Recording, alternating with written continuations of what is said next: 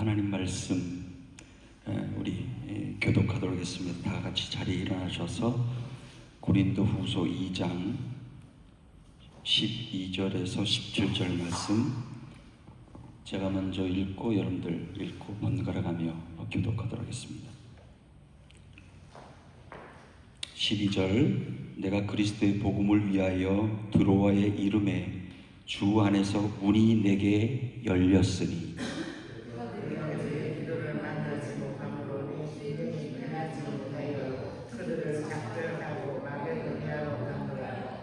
항상 우리를 그리스도 안에서 이기게 하시고 우리로 말미암아 각처에서 그리스도를 아는 냄새를 나타내시는 하나님께 감사하노라.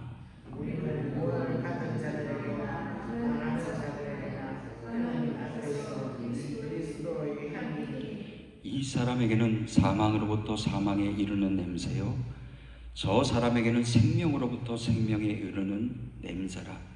누가 이 일을 감당하리요? 함께 읽습니다. 우리는 수많은 사람들처럼 하나님의 말씀을 혼잡하게 하지 아니하고 곧 순전함으로 하나님께 받은 것 같이 하나님 앞에서와 그리스도 안에서 말하노라. 아멘. 기도하겠습니다. 하나님,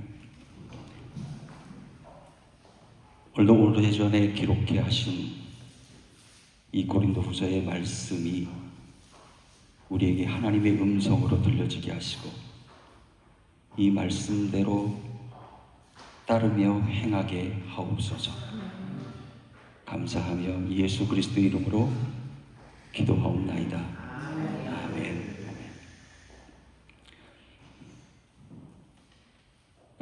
구소련의 소속이 속해 있었던 한 나라가 있었어요.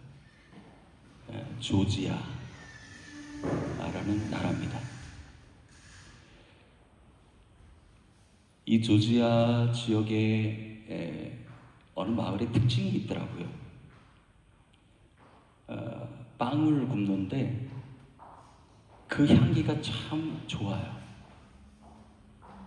근데 그 빵의 이름을 뭐라고 이름을 부르냐면 어머니의 빵. 어머니가 늘 밥처럼 우리 똑같아요. 밥처럼 구워주셨던 그 빵. 그 냄새만 맡으면 돌아가신 엄마 생각이 나는 거예요. 그 마을은 다 그랬대요. 그 향기를 맡으면서 부모님의 생각을 한다는 거예요. 부모님의 사랑, 따뜻한 마음. 또 하나가 있습니다. 시계탑 위에 종이 울려요. 근데 그 시계탑이 오래전에 세워진 시계탑입니다.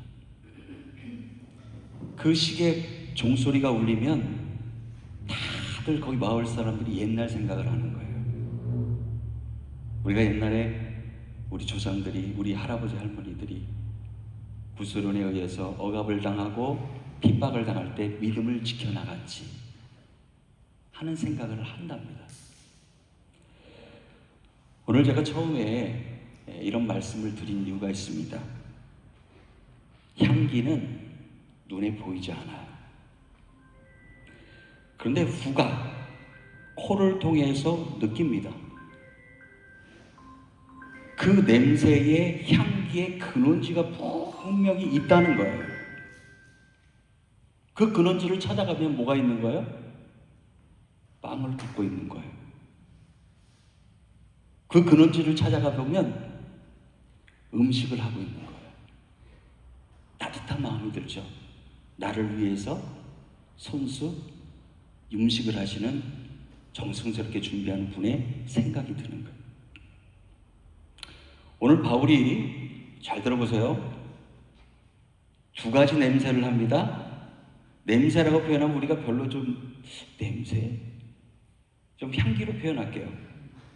사망에 이르게 하는 냄새, 그건 맞는 것 같아요. 그런 냄새가 있고 생명에 이르게 하는 향기가 있대요. 저는 이걸 향기로 표현하고 싶어요. 그 의미가 뭘까? 바울이 고린도후서 편지를 쓰면서 왜 이런 얘기를 편지 속에 써놨을까? 그리고 오늘날 우리에게 이 말씀이 전해지게 하신 의도가 뭘까? 오늘 그것을 함께 나누고 깨닫는 시간이 되기를 바랍니다. 바울은 늘 애틋한 사랑이 있었어요. 누구를 향한 사랑일까요? 첫 번째는 하나님을 향한 사랑이 있었고요. 두 번째는 성도들을 향한 사랑이 있었어요. 그래서 그 사랑 때문에 두로아라는 지역에 방문합니다. 방문했던 두 가지 이유가 있어요. 그 이유가 뭐냐? 첫 번째는 뭐냐면 12절 말씀 볼까요? 그 이유가 첫 번째 나오는데 12절 같이 다시 한번 읽을게요. 시작. 내가 그리스도의 복음을 위하여 드로아의 이름에 주 안에서 문이 내게 열렸으니. 드로아에 가고자 했던 이유 중에 첫 번째 목적이 뭐예요? 복음을 전하기 위해서.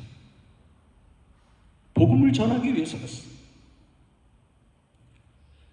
고린도 지역에 방문했을 때 바울은 아픈 기억이 있어요. 가니까 환영해주지 않는 사람도 있고, 물론 그것 때문에 가슴 아픈 얘기가 아니에요. 교회가 이게 아니다 싶은 일들이 벌어지고 있는 거예요. 거기에다 또 거짓 교사들이 막 복음을 변질시키고 전하고 있다는 그 사실을 알고 나서 얼마나 가슴이 아픈지 모르겠어요. 그래서 그 기억 때문에 두 번째 고린도 교회에 방문하는 것을 보류합니다. 그리고서 눈물의 편지를 쓰기 시작하죠. 그 눈물의 편지를 써서 내가 방문하는 것보다도 누굽니까? 바로 기도를 통해서 이 편지를 전해주자. 나의 마음과 하나님의 마음이 어떤 마음인지를, 그 심정을 좀 전하자 해서 눈물로 쓴 편지예요. 그래서 눈물의 편지 아닙니까? 그 눈물의 편지를 누구의 손에 들려줘요? 디도의 손에 들려줘요. 그리고 그것이 누구에게요? 고린도 교회 성도들에게 전해졌을 거예요. 바울은 뭐가 궁금할까요? 성도들의 반응이 궁금한 거야. 이 편지를 읽고 과연 그들의 마음이 어떨지, 나에 대한 생각이 어떨지, 복음에 대해서 어떻게 생각하고 있을지. 그래서 기도를 만나길 원했습니다. 어디서요? 드로아에서. 기대를 갖고 갔어요. 첫 번째는 복음을 전하는 것, 두 번째는 기도를 만나서 소식을 듣기를 원했습니다. 여러분, 사도행전에 보면 이 드로아라는 지역은 참 특징이 있어요. 누가가 처음 바울의 일행과 만난 곳이 드로아예요. 뭐 때문에 만났습니까? 복음 때문이에요. 사람을 만나는 것이 목적이 아닙니다. 복음 전하기 위해서 거기서 만나게 됩니다. 또한 하나님께서 바울을 통하여서 일하시기 위해서 환상을 보여주시잖아요. 마게도냐 사람이 건너와서 우리를 도우라 하는 그 환상을 봅니다. 꿈에서. 그 말했던 장소가 어디예요? 드로아 아닙니까? 드로아에서 바울은 복음을 전했는데 하나님께서 문을 열어주셨다는 거예요. 물론 바울이 가기 전에 이미 복음이 전해졌다는 소식이 있었어요. 너무나 감사한 거 아니에요. 나도 가서 복음을 전해야 되겠다. 기쁜 마음으로 갔어요. 자, 잘 들어보세요. 기쁜 마음으로 갔어요. 갔는데 누구를 만나지 못해요? 기도를 만나지를 못해요. 여러분, 13절 말씀, 바울의 심정이 드러납니다. 한번 볼까요? 13절 시작. 내가 현재 디도를 만나지 못하므로 내 심령이 편하지 못하여 그들을 작별하고 마게도냐로 갔노라. 바울이 디도를 만나지 못해서 아무리 기다려도 오질 않아. 그 순간에 그냥 막연하게 기다린 게 아닙니다. 바울은 복음을 전했어요. 그냥 며칠 동안 복음을 전한 게 목적이었기 때문에 복음을 전했어요. 근데 왜 디도를 만나지 못한 것에 대해서 내 심령이 편하지 못했을까요? 이유가 뭘까요? 두 가지 이유가 있습니다. 첫 번째는 고린도 교회 성도들이 걱정이 되는 거예요. 소식을 듣지 못했잖아요. 교회에 지금 어떤 상황이 벌어지고 있는지, 교회 성도들이 분리가 이루어지고 다툼이 이루어지고 복음에 대해서 왜곡되게 생각하고 거짓 교사들이 판을 치고 이런 상황들을 들은 입장에서 바울은 애틋한 마음이 드는 거야. 우리 성도들 하나님, 우리 교회, 하나님의 교회. 그래서 디도에게 편지를 전해줬던 그 일들을 생각하면서 반응이 어땠을까? 그 반응을 보기 위한 것보다도 걱정이 돼. 여러분, 그런 거 보면 바울은 누구의 마음을 품고 있는 거예요? 예수 그리스도의 마음을 품고 있는 거예요. 그게 세상적인 걱정이 아닙니다. 그런 차원이 아니에요. 주님의 마음, 주님. 하나님의 교회가 어떻게 될까봐, 성도들이 상처를 입을까봐, 더 타격을 입을까봐, 성도들에 대한 불안감, 걱정. 두 번째, 내 심령이 편하지 못했다라는 이유가 있습니다. 그 이유는 뭐냐면 디도가 오지를 않는 거예요. 아무리 기다려도 오지를 않아요. 자, 걱정이 돼야 안 돼요? 여러분 같으면 걱정이 돼야 안 돼요? 요즘 같으면 셀폰이 있어서 다 연락하지만은 그때 당시에 뭐가 있겠습니까? 아무것도 없잖아요. 연락할 수 있는 방법은 만나야 돼. 누구를 통해서 전해줘야 돼.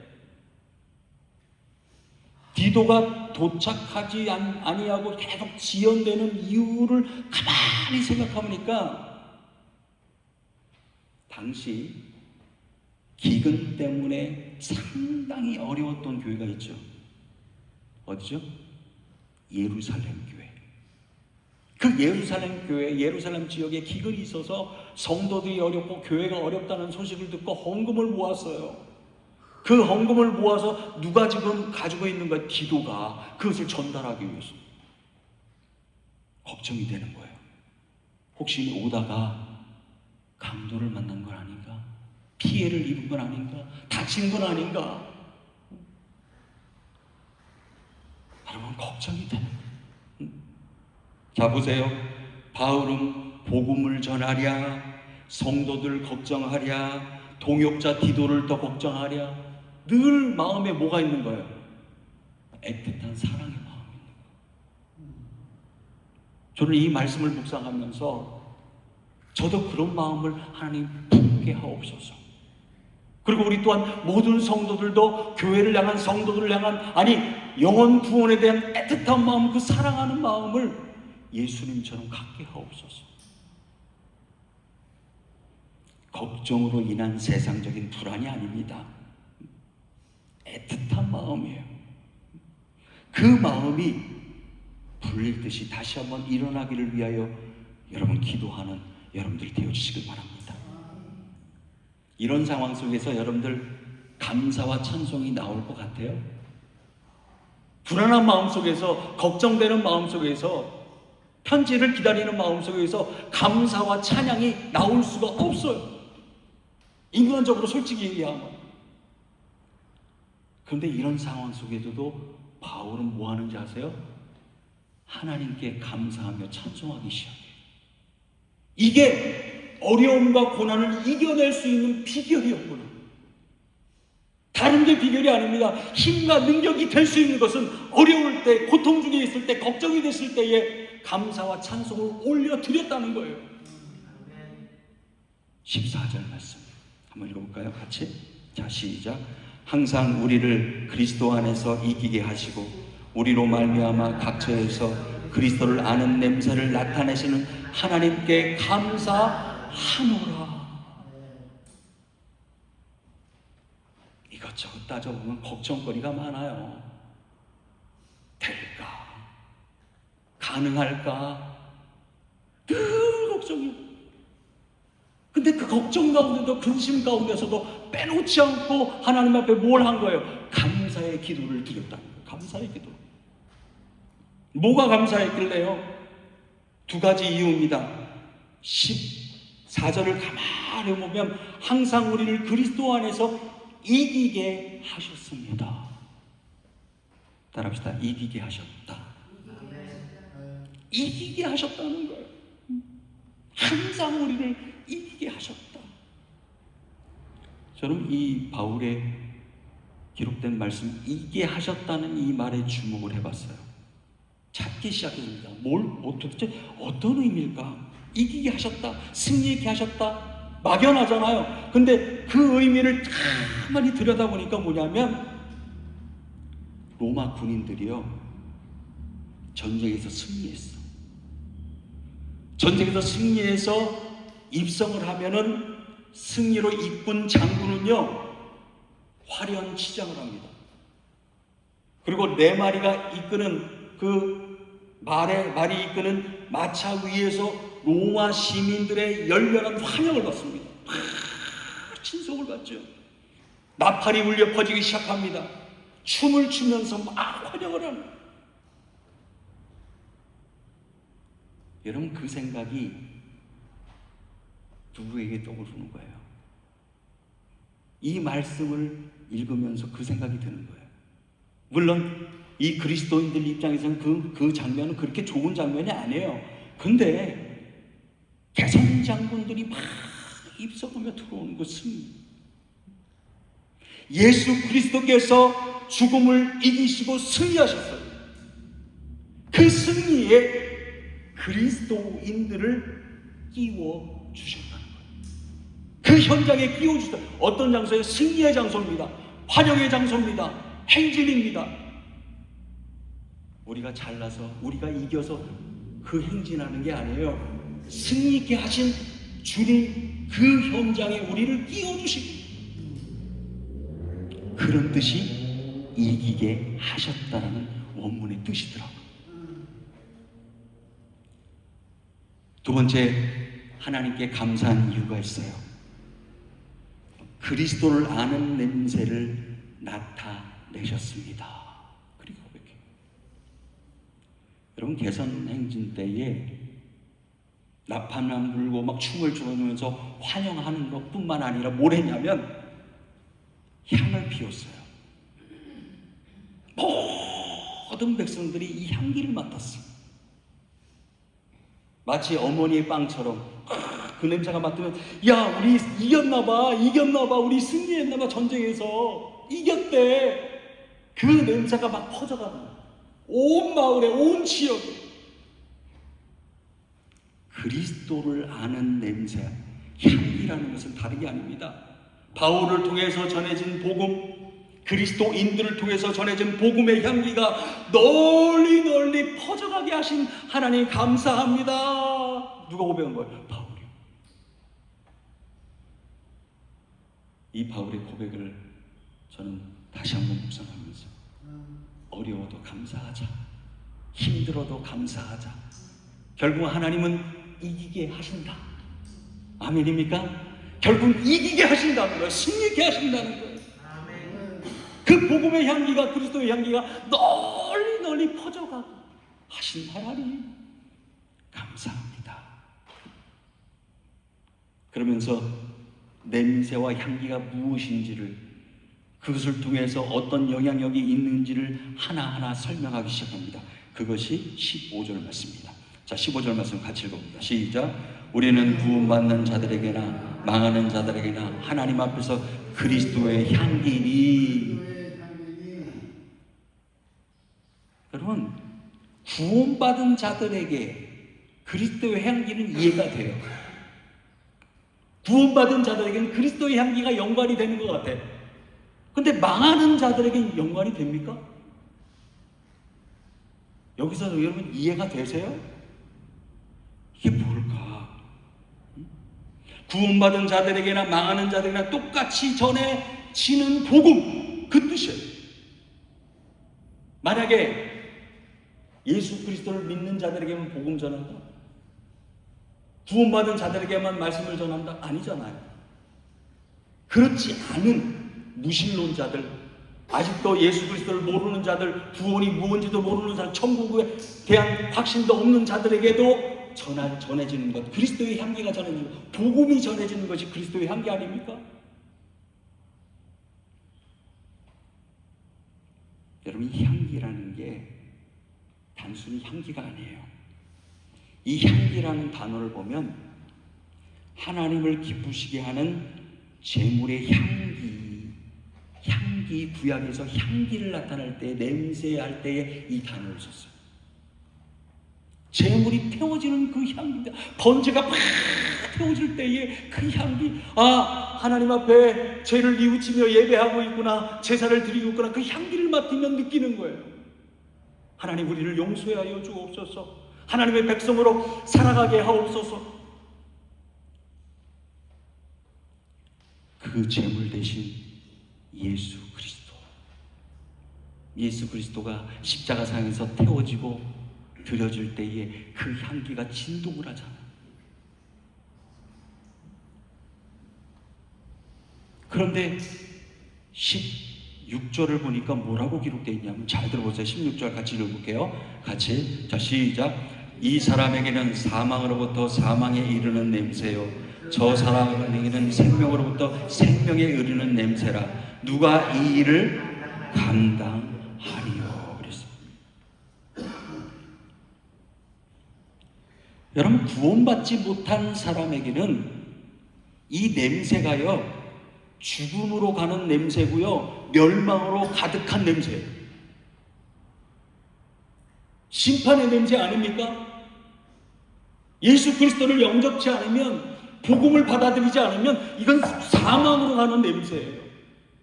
심판으로 가는 냄새 아닙니까? 나타나는 현상들이 틀려요. 나타나는 결과가 틀리잖아요. 그러나 예수 그리스도를 알고 믿는 자는 생명의 향기이라. 우리에게는 생명의 향기예요. 생명에 이르게 하는, 구원에 이르게 하는 향기입니다. 어떤 이들은 복음의 소식이 죽음을 알리는 심판의 소식이지만, 믿는 자들에게는 구원의 길이요, 하늘나라의 문을 여는 길이요, 구원의 소식이라는 거예요. 그게 바울이 이야기하고 있는 겁니다. 그런데 이 향기에 대해서, 냄새에 대해서 쭉 얘기를 하면서 마지막에 아주 뼈가 있는 얘기를 해요. 지금 고린도 지역에 어떤 상황인지를, 지금 복음이 전해진 곳에 교회에 어떤 상황인지를 쭉 얘기를 하고 싶은 거예요. 17절 말씀 같이 읽겠습니다. 마지막으로. 자, 시작. 우리는 수많은 사람들처럼 하나님의 말씀을 혼잡하게 하지 아니하고 곧 순전함으로 하나님께 받은 것 같이 하나님 앞에서와 그리스도 안에서 말하노라. 바울은 그렇게 얘기하는 거예요. 나는 순수하게 하나님 말씀만 전했고 선포하기를 원합니다. 지금까지 그렇게 순수한 복음만을 전했고 하나님 말씀만을 말씀만이 전해지기를 원합니다. 그렇게 얘기하고 있는 거예요. 그러나 상황이 여의치가 않습니다. 수많은 사람들은 그 수많은 성도들을, 교회를 혼잡케 하는, 여러분, 혼잡케 한다는 그 바울의 말의 의미를 좀 살펴봐야 돼요. 혼잡케 한 게 뭡니까? 그 혼잡케 한다는 그 말의 의미를 찾아보니까 뭘 뜻이냐면, 포도주에 물을 타듯 흐리멍텅한 거예요. 이게 포도주야, 물이야. 또 하나는 뭐냐면, 이 시장에 가면 저울이 있었습니다. 그 당시에. 이 저울을요, 속여서 물건을 파는 사람들이 있었어요. 저울을 속여서. 그 말 뜻이 뭐냐면 거짓 조우를 사용해서 물건을 속여서 파는, 이 뜻이 뭐예요? 혼잡게 한다, 그런 단어더라고요. 복음을요 순수하게 바울은 전했어요. 그리고 그리스도인들이 바울에게 들은 그 말씀을 또 다른 사람에게 순수하게 전했어요. 아, 그게 예수 그리스도의 구원의 길이구나. 그런데 거짓 교사들이 막 복음을 왜곡해서 전하기 시작했고요, 변질되게 전하기 시작했고요, 혹하게 만들었고요,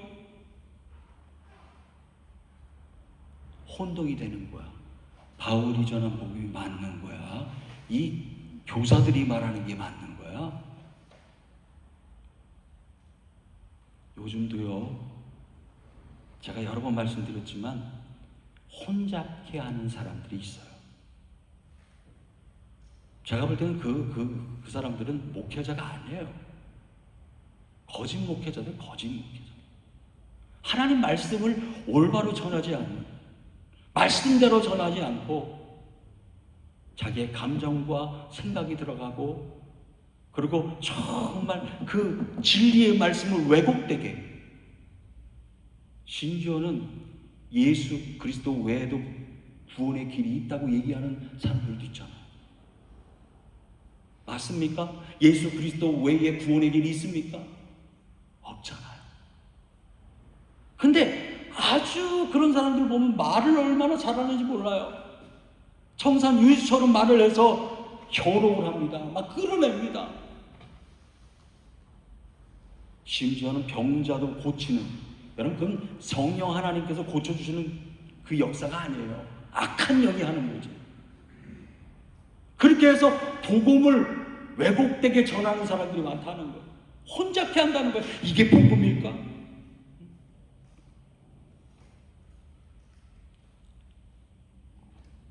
예수님께서 재림하시면 심판대 앞에 서서 삶과 사역을 결산할 때가 옵니다. 하나님 앞에서 여러분의 삶과 사역을 결산할 때가 온다는 거예요. 복음 안에서 내가 구원받은 자라면 내 삶 가운데에, 나의 말 가운데에, 나의 행동 가운데에 뭐가 뿜어져 나와야 돼요? 그리스도의 향기가 뿜어져 나와야 돼요. 생명의 향기가 뿜어져 나와서 그 향기를 맡으면, 아니요, 권사님의 말과 행동만 보면 예수님이 생각이 나요. 그 사랑이 느껴지네요. 이 말이 나와야 되지 않을까요? 근데 말만 하면, 행동만 하면 문제가 있다는 얘기예요. 여러분들이 말하고 행동하고 우리 교회가 뿜어져 나오는 그 향기를 통해서 다른 자들이 그 모습을 보고 그 냄새를 맡고 향기를 맡고 그리스도를 만나고 복음을 듣기를 원하고 말씀을 듣기를 원하고 그 교회에 나가기를 원하고, 그래서 와서 함께 그 복음을 듣고 생명에 이를 수 있는, 아니 이르게 하는 그 역할을 누가 감당해야 될까요? 저와 여러분이 감당해야만 합니다. 받아들일 준비가 돼 있으십니까? 성도들을 받아들일 준비가 돼 있으십니까? 내가 보니까 마음에 안 들어, 저 사람. 응? 아닌 것 같아. 이 세상에 마음에 드는 사람, 내 마음에 드는 사람, 100% 마음에 드는 사람이 이 세상에 누가 있을까요? 없어요. 다 부족하고 연약하고 내 마음에 들지 않고 모이는, 그렇게 그런 사람들이 모이는 것이 교회 아닙니까? 그렇다면 내가 품을 수밖에 없는 게 그리스도의 향기로 품어주고 용납하고 받아들여주고 안아주고, 그런 마음의 자세가 내가 변화되지 않으면 성도들 와도 다 떠납니다. 아닙니까? 우리 다시 한번 17절 말씀을 다시 한번 볼게요. 자, 시작. 우리는 수많은 사람들처럼 하나님의 말씀을 혼잡하게 하지 아니하고 곧 순전함으로 하나님께 받은 것 같이 하나님 앞에서와 그리스도 안에서 말하노라. 하나님께 받은 것, 그 말씀, 하나님 앞에서와 그리스도 안에서 있다는 믿음으로 말하고 행동하고 해야 한다는 겁니다. 그러면 우리에게 뭐가 생겨요? 책임감이 생기는 거예요. 책임감이 생겨요. 함부로 말하지 않습니다. 함부로 행동하지 않습니다. 교회에 대한 소식을 함부로 전하지 않습니다. 좋은 소식을 전해요. 제물에 번제가 태워질 때에 그 향기, 뿔나팔을 막 불면서 여호와를 찬양하는 그 소리, 그 울림과 향기가 뿜어져 나올 때에 하나님의 백성들은 춤추면서 여호와를 찬양하기 시작했습니다. 그게 예배예요. 그게 교회가 해야 될 일이에요. 저와 여러분이 해야 될 일입니다. 부흥은요, 숫자적인 부흥만을 얘기하는 게 아니에요. 이게 부흥이에요.